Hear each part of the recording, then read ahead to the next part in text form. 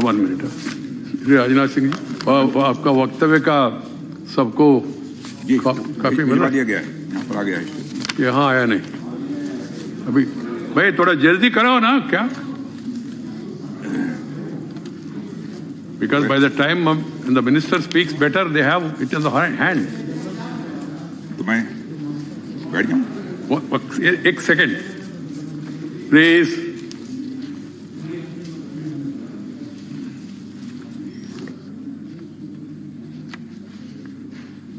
ये बहुत महत्वपूर्ण मामला है, सेंसिटिव मामला है, इसलिए कृपया इसको। ओके मंत्री जी। सभापति महोदय, आदरणीय सभापति महोदय, पिछले साल सितंबर में इस गरिमामयी सदन के समक्ष मैंने एक विस्तृत वक्तव्य ईस्टर्न लद्दाख में भारत चीन सीमा पर हुई डेवलपमेंट्स के बारे में दिया था। मैंने यह बताया था कि चीन द्वारा पिछले वर्ष अप्रैल मई 2020 के दौरान ईस्टर्न लद्दाख की सीमा के समीप भारी संख्या में शस्त्र बल तथा गोला बारूद आदि इकट्ठा कर लिया गया था। चीन द्वारा एलएसी के आसपास कई बार ट्रांसग्रेशन का भी प्रयास किया गया था। हमारी सशस्त्र सेनाओं ने उन सभी प्रयासों के दृष्टिगत उपयुक्त जवाबी कार्रवाई की थी। राष्ट्र के साथ इस सदन ने भी उन वीर भारतीय सैनिकों को श्रद्धांजलि दी थी जिन्होंने भारत की सीमा की रक्षा करते हुए अपना बलिदान दिया था। आज मैं इस सदन को कुछ और महत्वपूर्ण डेवलपमेंट्स के बारे में बताना चाहता हूं।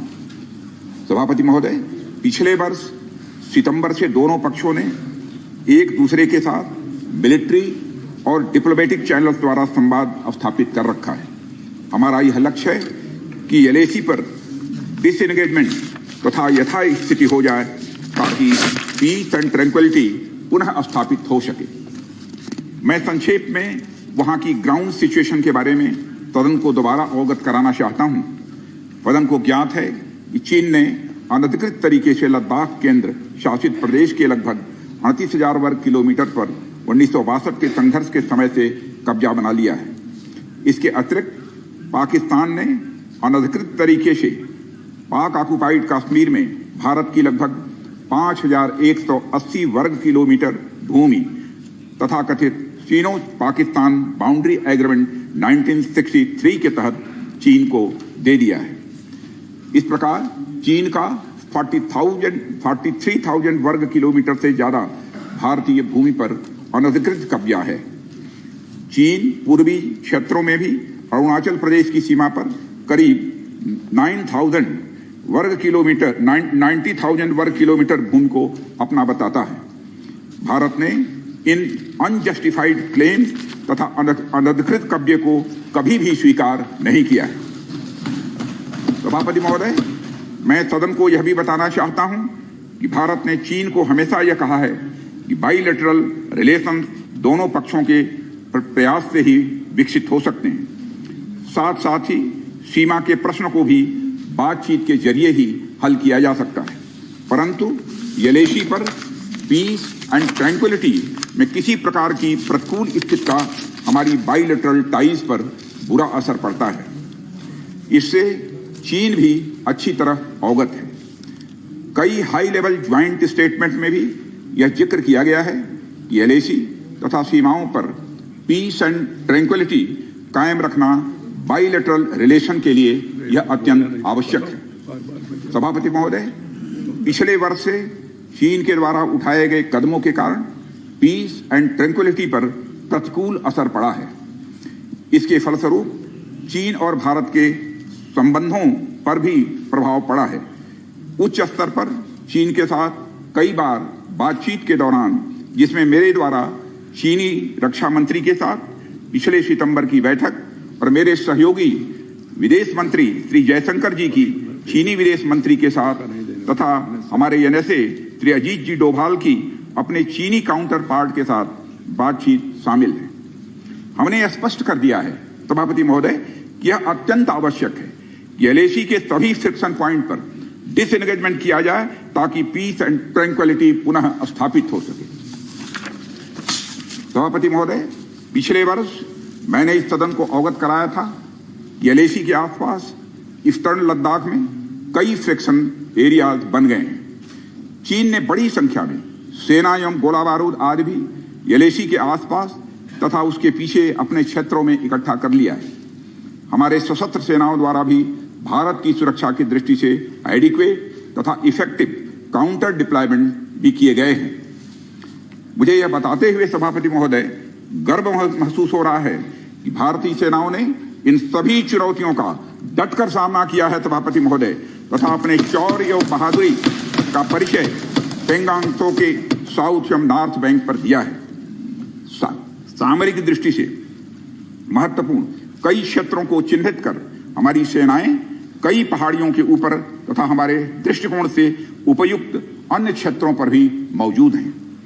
भारतीय सेनाएं अत्यंत बहादुरी से लद्दाख की ऊंची दुर्गम पहाड़ियों तथा कई मीटर बर्फ के बीच में भी सीमाओं की रक्षा करते हुए अडिग हैं और इसी कारण हमारा एज बना हुआ है। सभापति महोदय, हमारी सेनाओं ने इस बार भी यह साबित करके दिखाया है कि भारत की संप्रभुता एवं अखंडता की रक्षा करने में वे सदैव हर चुनौती से लड़ने के लिए तत्पर हैं और अनवरत कर रहे हैं। सभापति महोदय, पिछले वर्ष से मिलिट्री एंड डिप्लोमेटिक लेवल पर चीन के साथ हमारा संबंध बना रहा है। इस बातचीत में हमने चीन को यह बताया है कि 3 सिद्धांतों के आधार पर हम इस समस्या का समाधान चाहते हैं। फर्स्ट, दोनों पक्षों द्वारा एलएसी को माना जाए और उसका आदर किया जाए। दूसरा, किसी भी पक्ष द्वारा यूनिलेटरली स्टेटस को बदलने का प्रयास न किया जाए। तीसरा, सभी समझौतों का दोनों पक्षों द्वारा पूर्ण रूप से पालन किया जाए। सभापति महोदय, फ्रिक्शन क्षेत्रों में डिसएंगेजमेंट के लिए भारत का यह मत है कि 2020 की फॉरवर्ड डिप्लॉयमेंट जो एक दूसरे के बहुत नजदीक हैं वे दूर हो जाएं और दोनों सेनाएं वापस अपनी अपनी स्थायी या मान्य चौकियों पर वापस लौट गई। सभापति महोदय, बातचीत के लिए हमारी स्ट्रेटेजी तथा अप्रोच माननीय प्रधानमंत्री जी के इस दिशा निर्देश पर आधारित है कि हम अपनी 1 इंच जमीन भी किसी और को नहीं लेने देंगे। हमारे दृढ़ संकल्प का ही यह फल है कि हम समझौते की स्थिति पर पहुंच गए हैं। इन दिशा निर्देशों के दृष्टिगत सितंबर 2020 से लगातार मिलिट्री एंड डिप्लोमेटिक लेवल पर दोनों पक्षों में कई बार बातचीत हुई है कि इस डिसएंगेजमेंट का म्यूचुअली एक्सेप्टेबल तरीका निकाला जाए। अभी तक सीनियर कमांडर्स के स्तर पर 9 राउंड्स की बातचीत हो चुकी है। राजनयिक स्तर पर भी WMCC यानी working mechanism for consultation and coordination of India China border affair के तहत भी बैठकें होती रही हैं।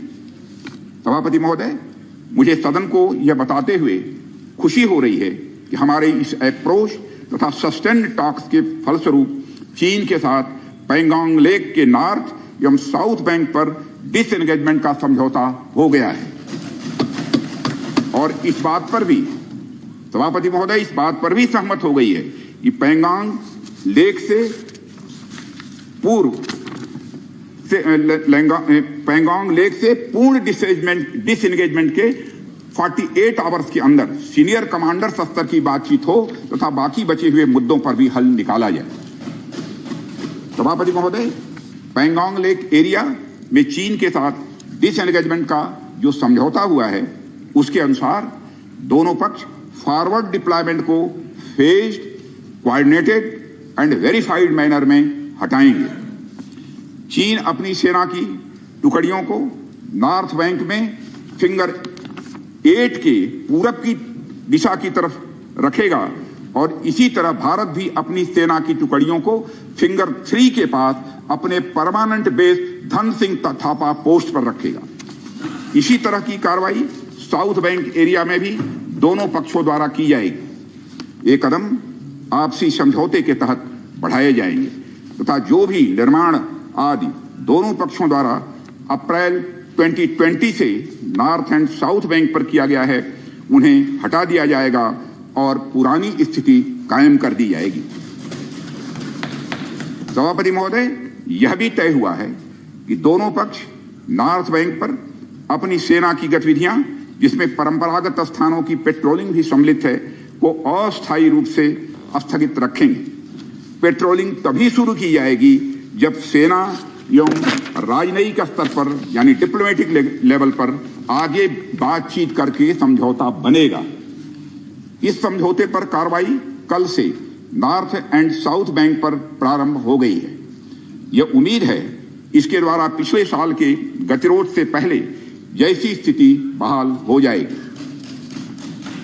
सभापति महोदय, मैं इस सदन को आश्वस्त करना चाहता हूं कि इस बातचीत में हमने कुछ भी खोया नहीं है। सभापति महोदय, सदन को यह भी जानकारी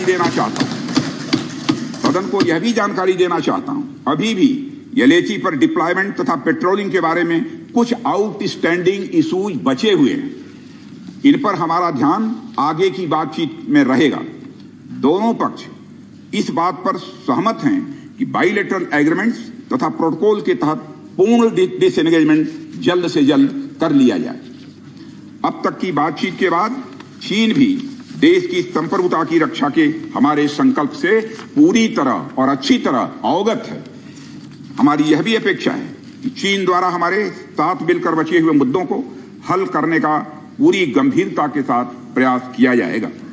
सभापति महोदय, मैं इस सदन से आग्रह करना चाहता हूं कि मेरे साथ संपूर्ण सदन हमारी आर्म्ड फोर्सेस की इस विषम एवं भीषण बर्फबारी की परिस्थितियों में भी शौर्य और वीरता के प्रदर्शन की भूरी भूरी प्रशंसा करे।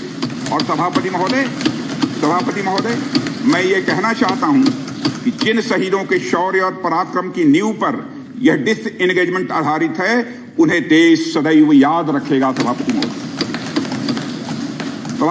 महोदय, मैं इस बात से भी पूरी तरह से आश्वस्त हूं कि यह पूरा सदन, चाहे कोई किसी भी दल का क्यों न हो, देश की संप्रभुता, एकता और अखंडता और सुरक्षा के प्रश्न पर एक साथ खड़ा है और एक स्वर से समर्थन करता है कि यह संदेश केवल भारत की सीमा तक ही सीमित नहीं रहेगा बल्कि पूरे विश्व को जाएगा। सभापति महोदय, यह बात मैं विश्वास के साथ कह सकता हूं। धन्यवाद सभापति महोदय। जय हिंद। धन्यवाद। Thank you, Defense Minister. We will be going to discuss budget.